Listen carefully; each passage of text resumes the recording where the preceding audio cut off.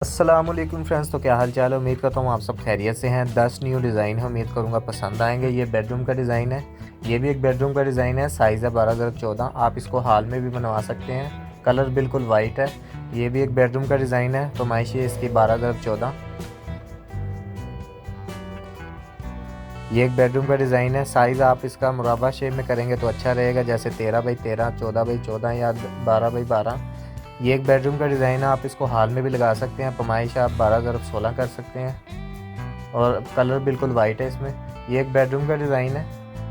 इसका साइज़ आप इसको 12x12 में भी बना सकते हैं, 10x10 में भी बना सकते हैं। ये भी एक बेडरूम का डिज़ाइन है। आप इसको हॉल में भी ऐड कर सकते हैं, ड्राइंग रूम में भी ऐड कर सकते हैं। फरमाइश 12x14। ये भी एक बेडरूम का डिज़ाइन है, सिंपल में है। कलर बिल्कुल वाइट है। फरमाइश 10x12, 10x14 में भी ऐड कर सकते हैं। ये भी एक बेडरूम का डिज़ाइन है। आप इसको छोटे से छोटे बेडरूम या बड़े से बड़े बेडरूम में ऐड कर सकते हैं।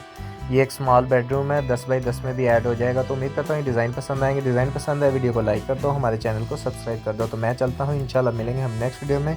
तब तक के लिए अल्लाह हाफिज़।